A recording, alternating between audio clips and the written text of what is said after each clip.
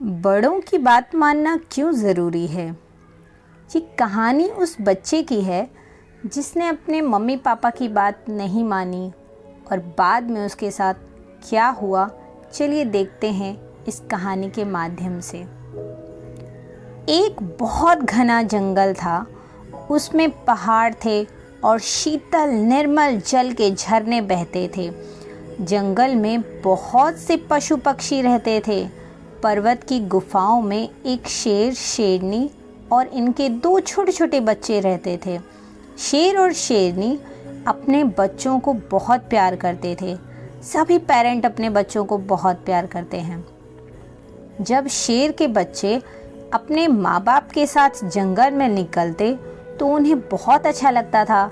हम सभी बच्चों को अपने मम्मी पापा के साथ बाहर जाने में कितना मज़ा आता है ना।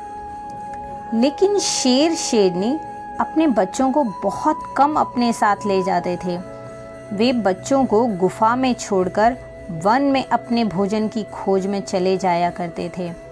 शेर और शेरनी अपने बच्चों को बार बार समझाते थे कि वे अकेले गुफा से बाहर भूलकर भी ना निकलें, लेकिन बड़े बच्चों को यह बात अच्छी नहीं लगती थी। एक दिन शेर, शेरनी जंगल में गए थे। बड़े बच्चे ने छोटे से कहा, चलो झरने से पानी पी आएं और वन में थोड़ा घूमें।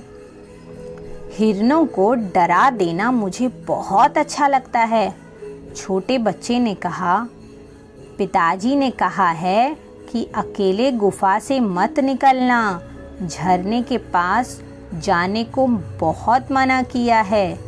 तुम ठहरो, पिताजी या माताजी को आने दो, हम उनके साथ जाकर पानी पिएंगे। बड़े जंगल के सारे जानवर तो हम लोगों से डरते हैं, फिर हमें डरने की क्या ज़रूरत है। फिर भी छोटा बच्चा जाने को तैयार नहीं हुआ। उसने कहा, मैं तो माँ या बापू के साथ ही बाहर जाऊंगा और मैं उन्हीं की बात मानूंगा।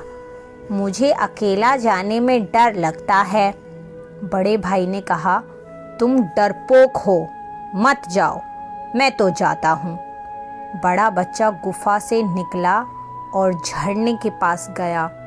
उसने पेट भरकर पानी पिया और तब हिरणों को देखते हुए इधर उधर घूमने लगा। जंगल में उस दिन कुछ शिकारी आए हुए थे। शिकारियों ने दूर से शेर के बच्चे को अकेले घूमते देखा तो सोचा कि इसे पकड़कर किसी चिड़ियाघर में बेच देने से अच्छे रुपए मिलेंगे। शिकारियों ने शेर के बच्चे को चारों ओर से घेर लिया और एक साथ उस पर टूट पड़े। उन लोगों ने कंबल डालकर उस बच्चे को पकड़ लिया। बेचारा शेर का बच्चा क्या करता, वह अभी कुत्ते जितना बड़ा भी नहीं हुआ था। उसे कम्बल में खूब लपेटकर उन लोगों ने रस्सियों से बांध दिया। वह ना तो छटपटा सकता था, ना गुर्रा सकता था। शिकारियों ने इस बच्चे को एक चिड़ियाघर में बेच दिया। वहाँ वह एक लोहे के कटघरे में बंद कर दिया गया। वह बहुत दुखी था। उसे अपने माँ बाबा की बहुत याद आती थी। बार बार वह गुर्राता और लोहे की छड़ों को नोचता था, लेकिन उसके नोचने से छड़ तो टूट नहीं सकती थी। जब भी वह शेर का बच्चा किसी छोटे बच्चे को वहाँ पर देखता था तो बहुत गुर्राता था और उछल कूद करता था। यदि कोई उसकी भाषा समझता तो वह उससे अवश्य कहता, तुम अपने माँ बाप तथा बड़ों की बात अवश्य मानना।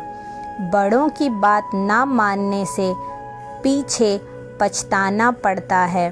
मैं बड़ों की बात ना मानने से ही यहाँ बंदी हुआ हूँ। प्यारे दोस्तों, आप हमेशा अपने मम्मी पापा और अपने घर में बड़ों की बात मानिए। कहीं पर भी जाने से पहले अपने बड़ों की परमिशन ज़रूर लीजिए। हमारे बड़े हमसे जो कहते हैं वो हमारे भले के लिए ही कहते हैं। कई बार हमें लगता है कि नहीं, हम बड़े हो गए हैं, लेकिन नहीं, अभी हम इतने बड़े नहीं हुए कि अपना डिसीज़न खुद ले सकें।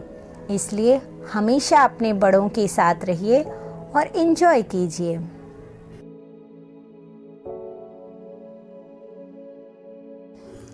हमें कभी भी किसी जीव को या किसी को भी जो हमसे दुर्बल है, छोटा है, उसे नहीं सताना चाहिए, नहीं परेशान करना चाहिए।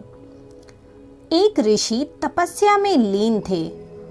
उधर से कुछ चोर गुजरे। वे राजकोष लूटकर भाग रहे थे। लूट का धन भी उनके पास था। राजा के सिपाही उनका पीछा कर रहे थे। चोरों ने लूट का धन ऋषि की कुटिया में छिपा दिया और स्वयं भाग गए। सिपाही जब वहां पहुंचे तो चोरों की तलाश में कुटिया के भीतर गए। चोर तो नहीं मिले, पर वहां रखा धन उन्हें मिल गया। सिपाहियों ने सोचा कि जरूर ये बाहर बैठा व्यक्ति ही चोर है। स्वयं को बचाने के लिए साधु का वेश बना तपस्या का ढोंग कर रहा है। उन्होंने ऋषि को पकड़ लिया और राजा के सामने ले जाकर प्रस्तुत किया। राजा ने भी कोई विचार नहीं किया और ना ही पकड़े गए ऋषि से कोई भी प्रश्न किया और सूली पर लटकाने की सजा सुना दी। ऋषि विचार करने लगे कि ऐसा क्यों हुआ, यह उन्हें किस पाप की सजा मिल रही है। उन्होंने अपने जीवन का अवलोकन किया, मीन्स अपना पास्ट याद किया।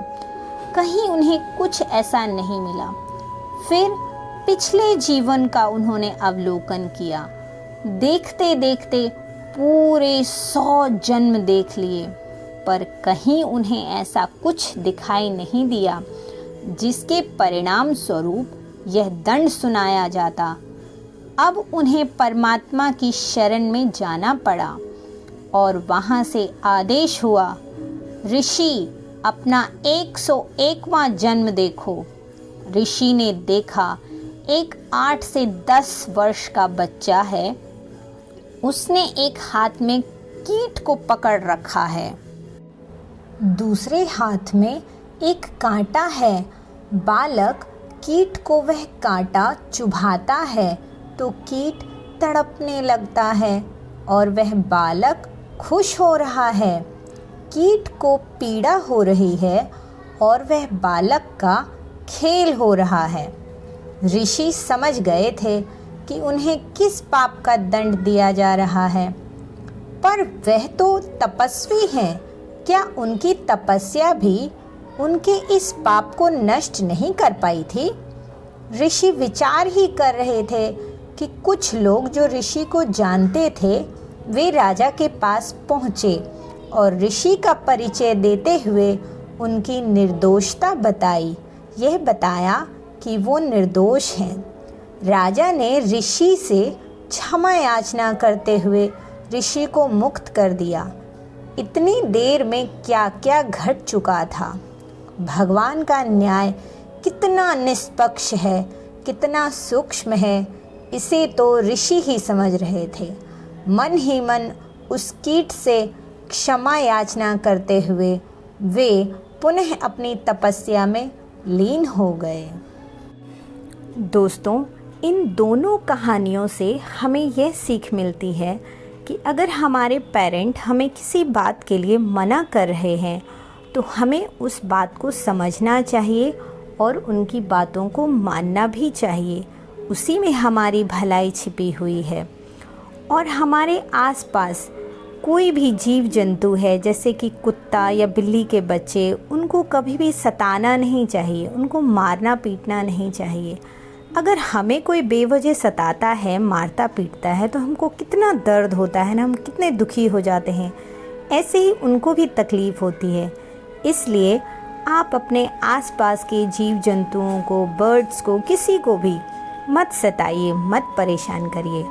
और अगर आपको ये कहानी अच्छी लगी तो प्लीज़ चैनल को सब्सक्राइब कर लीजिए और बेल आइकन पे प्रेस करके ऑल सेलेक्ट कर लीजिए ताकि ऐसी अच्छी अच्छी कहानियाँ मैं आपको सबसे पहले सुना सकूं।